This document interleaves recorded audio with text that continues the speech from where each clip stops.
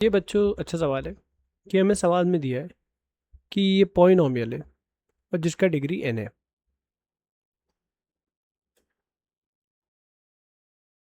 Okay, और एक equation दिया है F of X equals to F dash x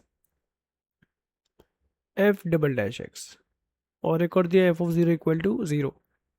तो एज ए स्टूडेंट फर्स्ट तो ये देखते हैं हम लोग कि ये हमें गिवन नहीं है, ये भी हमें गिवन नहीं है।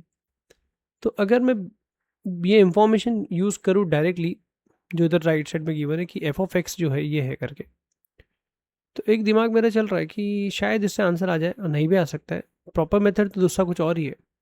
प्रॉपर मेथड ये लगाना पड़ेगा कि मैं इसको डिग्री एन मान लिया हूँ, तो इसकी डिग्री एन माइनस वन हो जाएगी, है ना, और ये सब पावर में रहेंगे, और इसके एन माइनस वन हो जाएंगी एक का डिफ्रेंशिएट करने पे, और इसकी हो जाएंगी एन माइनस टू।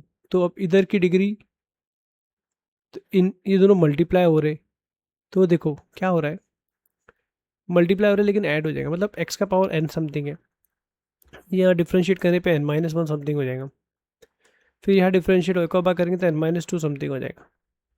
तो अब दोनों इक्वेटेड है, तो एक्स का पावर एन है, तो इधर पावर मैक्सिमम पावर एन है, और यहाँ पर ये दोनों मल्टीप्लाई होकर मैक्सिमम पावर मिलेगा, तो N minus one plus N minus two. तो एक एक एन कैंसिल होकर आपको डायरेक्टली मिल गया एन क्यूब होगा, तो क्यूबिक फंक्शन हमें मालूम पड़ गया। तो क्यूबिक फंक्शन को हम अज्यूम कर लेंगे F of X equal to A x cube. Leading coefficient नहीं दिया है, अच्छा एफ ऑफ ज़ीरो ज़ीरो दिया है, तो मतलब कांस्टेंट सम नहीं, टर्म नहीं, a x cube plus b x square plus c x, अकेला डी नहीं रहेगा।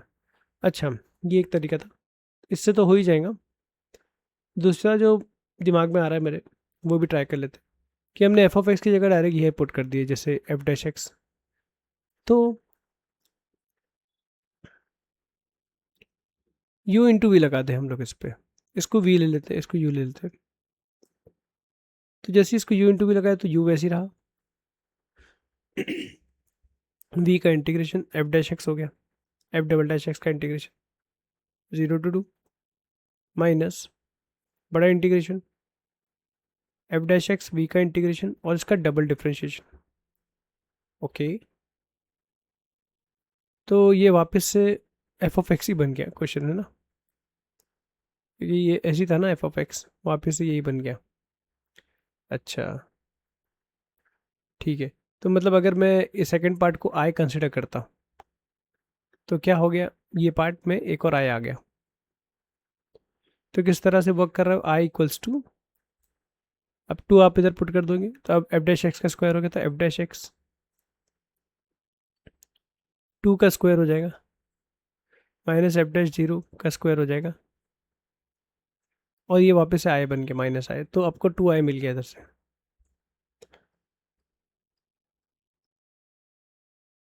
F dash two minus F double dash zero. Okay, तो ये पार्ट तो इंटीग्रेट हो गया सेकंड पार्ट, और वही हमें इंटीग्रेट करना था। अब सवाल क्या था, सवाल था 36 time f dash two f double dash two plus I, I माना है ना उसको मैंने, तो आई की जगह तो ये आ गया, टू से डिवाइड कर दो।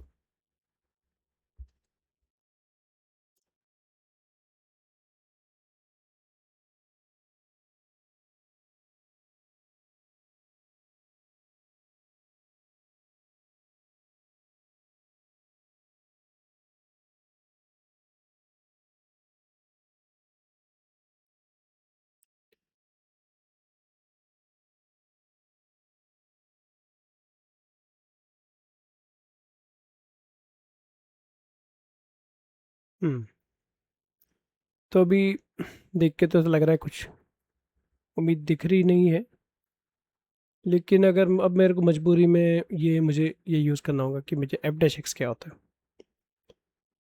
It will be three X square plus two B X plus C. F double dash X क्या होता है, it will be six A X. मैं ट्राई कर रहा था कि इसके बिना हो जाए वो क्वेश्चन, लेकिन नहीं हो पा रहा है ना, क्योंकि मैं सोचा कैंसिल वैंसिल हो गया तो किस्मत अच्छी रही, तो it's not working like that. अब इसमें दो चीज़ें, एक ही में जो ए बी सी की वैल्यू निकालना पड़ सकती है, या तो मैं इधर ये पुट कर दूँ तो ए बी सी सब कैंसिल हो जाए, तो वैल्यू भी निकाल सकती क्योंकि हमें कुछ चीज़ गिवन है जिससे हम वैल्यू निकाल सकते हैं। तो लेट्स सी वैल्यू से बस बचा जा सकता है क्या, नहीं बचा जाता, हमको फाइनली वैल्यू निकालना।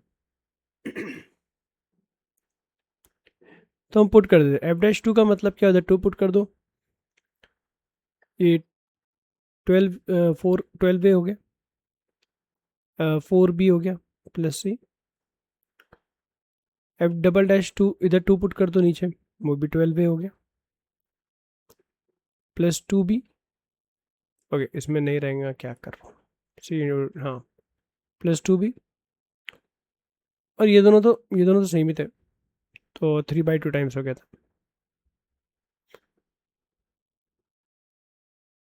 और 0 पुट कर देंगे तो सी अकेला बचेगा, नहीं इसमें 2 भी अकेला बचेगा। ओके, तो ये मिला,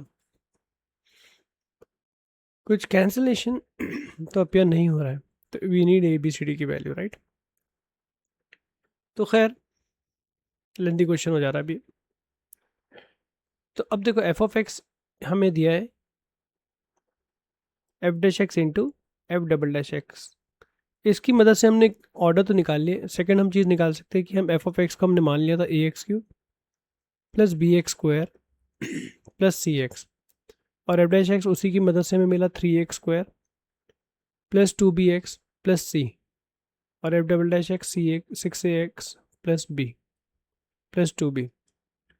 अब बच्चों ये इसमें क्या करना होगा, ये सब एक दूसरे से हमेशा इक्वल है, तो एक्स क्यूब का टर्म इधर एक ही है, और इधर एक्स क्यूब का टर्म कब आएगा, जब ये चीज़ इससे मल्टीप्लाई होगी।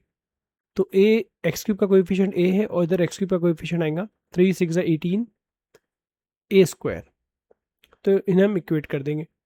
तो क्वेश्चन में दिया है ए ज़ीरो नहीं हो सकता वैसे, क्योंकि क्यूबिक इक्वेशन है, ए एक्स क्यूब में ए ज़ीरो हो गया तो डिग्री कम हो जाएगी, तो कैंसिल होने पे ज़ीरो सोल्यूशन नहीं लेंगे, तो ए 18 आपको मिल गया यहाँ से। वैसे ही कोएफिशिएंट ऑफ एक्स स्क्वायर है बी इधर, और कोएफिशिएंट ऑफ एक्स स्क्वायर आप जब इसको इससे मल्टीप्लाई करोगे which is 3 into 2 6ab plus, और दूसरा इधर से इधर मल्टीप्लाई करोगे 2b into 6a 12ab again, इसके अलावा नहीं है कुछ, तो ये तो मिल चुका है। अब यहाँ पुट करोगे b मिल जाएगा। वैसे ही आप कोएफिशिएंट ऑफ एक्स को कंपेयर कर सकते हो, या तो आप डायरेक्टली कॉन्स्टेंट्स भी कंपेयर करो अगर, तो टू बी सी बच रहा है ना, 2bc कांस्टेंट, और इधर कांस्टेंट नहीं है तो ज़ीरो होगा, तो इसमें से b या c कोई एक ज़ीरो होगा। अब यहाँ a पुट करने पे b मिल जाएगा, क्या है, अच्छा b यहाँ पे ज़ीरो आ रहा है, ओहो,